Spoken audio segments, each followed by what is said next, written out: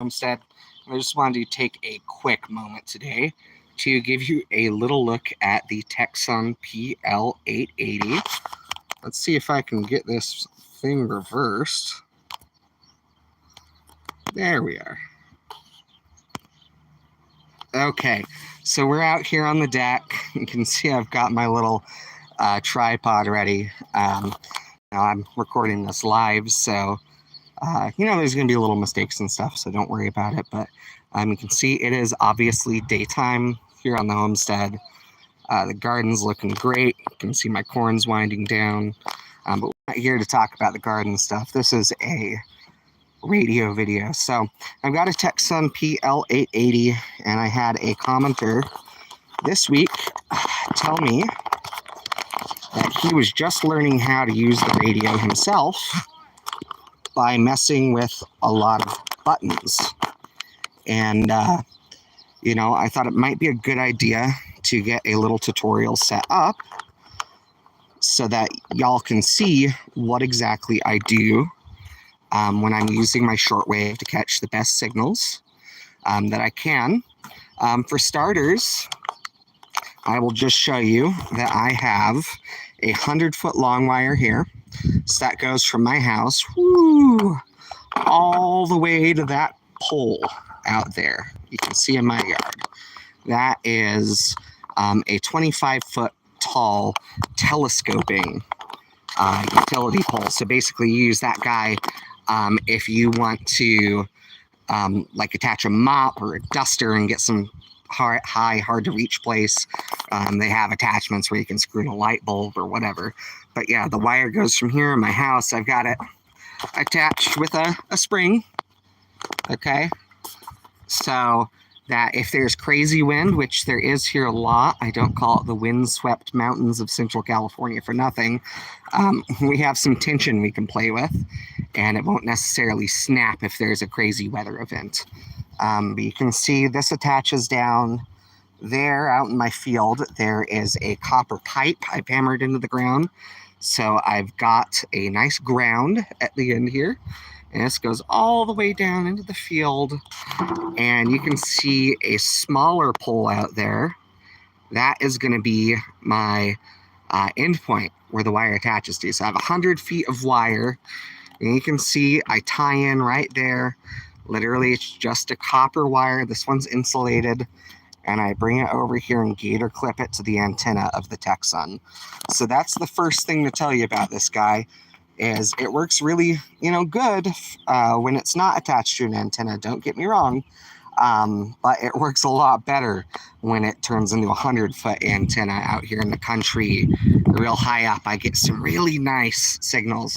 You can see I don't even really have any utilities near me. Those are all the way down in the street, so we get good reception here. Typically New Zealand will come in like it's local FM radio, if you can believe that. But yeah, let's take a little tour around the Tecsun itself. On this side, you can see, I'll try to get as good a view of it as I can. Various settings. You can see there's a shortwave antenna hole here. So you can go ahead and put a shortwave antenna in there if you have like a long wire with that sort of connection. Honestly, it's a better way to do it, but this works almost as well, and it's compatible with any radio with an antenna. So that's what I have there, because this isn't my only radio. Of course, you got your headphone jack. This is your gain right here on the side of your radio. And what that is that's going to allow you to change sort of the range of what you're going for. Like, do you want standard, local, or DX? And usually I keep mine on DX just because since I live out here in the mountains, this big old antenna lets me get signals from Bakersfield or Lancaster, which are decently far away from us, but we don't really have too much in the way of local except a classic rock station and some religious stuff. And I am only kind of interested in classic rock and not at all interested in religious music. So that is what it is. I like to keep the sticker here on the front of my radio just because, you look at older radios and you rarely see the pack-in sticker still in place. So it's a little collector's value. The speaker on this fella works really great. Big fan of it. One thing you might want to think about toggling on and off, it took me a while to find this. So on the right hand side, there's a light. I tend to keep it on. You can't really see here during the day, but there's a nice orange glow to it. And then one thing that you can adjust is the bass or treble, okay? So that's your tone. I prefer to do bass when it's talking, treble when it's music. A lot of times it's just going to be up to you what sounds best to your ear, especially on the shortwave. I make a lot of adjustments to how we filter the sound. This radio is great with that. We make a lot of adjustments to how much gain you want to use and whether you want treble or bass. So it's just good that this has so many functionalities like that, because cheaper radios don't have those options. And that's part of the reason this one costs about $250. Let's power it on. Okay, so that's my local station I listen to Coast AM on. I'm going to go ahead and put this fella into its cradle here and drop this down a little bit. Okay, and this is where we're going to sit for probably the rest of the video. Right now, I'm going to show you some of the functionalities on here, okay? So let's try to get nice and close. So you should be able to read what it says there, okay? And you can see here, you can set the time with this fella. There's the alarm function. Press both of them at the same time to get the ability to set. And of course, display. Okay, you can see it's toggling between how much of a good signal and how much of a noise you have, basically, versus the alarm time, what time it is now. Okay. Then let's see here. We can change between the various modes, okay? So you hit this in shortwave mode. That's where you get your filter. You choose how many kilohertz you want it to be. Wider is going to let in more static. 2.5 kilohertz is going to let in a narrower band. You get more static the more you open it up, but if it's a really good signal, you can open it up all the way. It'll sound nice. So what we're going to do, though, is we're on shortwave, and you can see here these two functions are ATS, okay? There's two different types. This is the one I use. It allows you to scan and save over what's on your page. You can see there's 24 pages, and I want to say it's like 99, per page you can do. We're going to hit and hold this A under ATS, and that's going to scan. And it's going to show us every single station we can find. Now, I'm doing this during the day for visibility, but to be frank, guys, it works better at night. We'll still get something, because I have 100 foot of wire behind this and a pretty darn decent radio, but I'm just letting you know ahead of time. It's not going to be like any of my other videos where I scan at night. Well, who knows? Sometimes we get to see some wild stuff during the day. So we're just going to let this scan out, and I'll go through what we've got on there. Obviously, we have AM and FM on here as well. There's USB and LSB, basically upper sideband and lower sideband. Those are some functions where you could use the upper sideband to find ham radio guys talking to each other. I am a ham myself, and I have to say I find shortwave listening in AM and FM way more interesting. Reason being is usually ham radio guys just chit-chat about what radio they're using. How's my signal coming in? Why aren't you using a Baofeng instead of a Yaesu? Whatever. And it's kind of boring. I hate to say it's kind of boring for me. I want to, talk about what's growing in my garden, or what is going on in the world. Pardon the texts. Good gracious. This is my daily phone that I use. But yeah, so, I think having a ham radio is good in case of an emergency, but, if you're looking for some stimulating conversation, there's other places to go. As I said, in the case of an emergency, though, it would be good to have that function so you can hear people trying to coordinate if, say, the telephone lines went down or the cell phone towers, or, the internet, God forbid. In all those events, radio will still be fairly reliable, unless there's, some sort of crazy electromagnetic stuff going on, which is a possibility. You can see we're almost getting to the end. We found 13 presets so far, so that means during the day we've got 13 transmissions.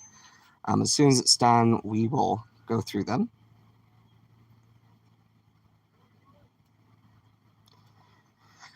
What do you guys think? Does anyone else out there use a ham radio? Have you had good conversations on it? I'm interested. Tell me in the comments. Okay. 9330 is pretty common. At night, I can usually get this real clearly, and I believe it is China. During the day, we're just getting static. Static. Oh, okay, we'll see if we can clean this up a little. This is the atomic clock coming out of Denver and Hawaii. Barely hear it. More static. More static. Oh, we got something.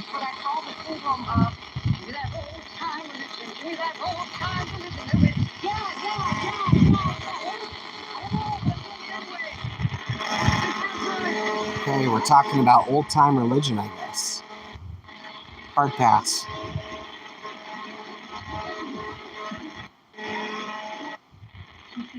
Oh, here we go.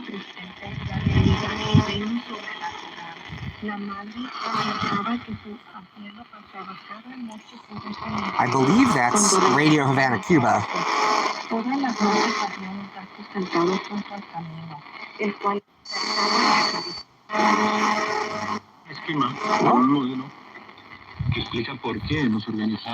That's coming in great.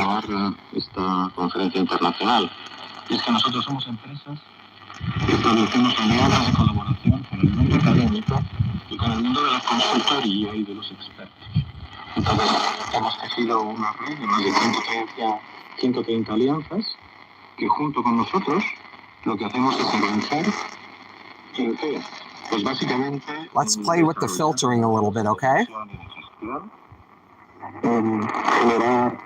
So inteligencia reputacional. You can hear there's less static, right? But it's less clear. This is open all the way. So you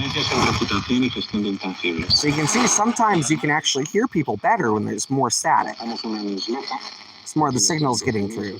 So there will be some amount of noise no matter what you do on shortwave. Okay, that's pretty much it on the shortwave side of things. FM, AM goes pretty much how you would expect. Okay, I generally resist putting much from the AM and the FM on my YouTube channel, even though there is some interesting stuff on there, because I don't want to have my video removed. A lot of times, like Clear Channel and iHeart or whatever it's called now, will get your video taken down, as I've had happen on a AM radio review in the past, which is why you probably can't find it on my channel. But yeah, overall, I really, really love this radio. It has every sort of functionality you would want in a little portable like this. The included antenna works really, really well, but the whole thing just is a really satisfying experience. I've had C-Crane Skywaves and Skywave SSBs before. I've had all kinds of cheap Chinese radios. I have some older digital stuff too from like the 80s, and so I've tried 13 or 14 different shortwave radios, and this one outperforms all of them hands down. If you have the money to spend on a Tecsun PL-880, go ahead and get it.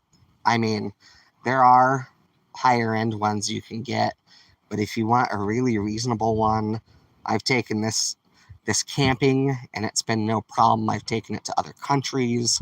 I take it with me most times, unless I'm going somewhere more hardcore, like that I know it's going to be wet the whole time, because you don't want to get a radio wet. But overall, it's been good, guys. I hope this gives you some more clarity. If you haven't messed with one of these before, seeing some of the functionality, that's basically what I do to make these videos. I just search and record and then cut down to 60-second little clips. So thanks for watching. Hope y'all have a great day.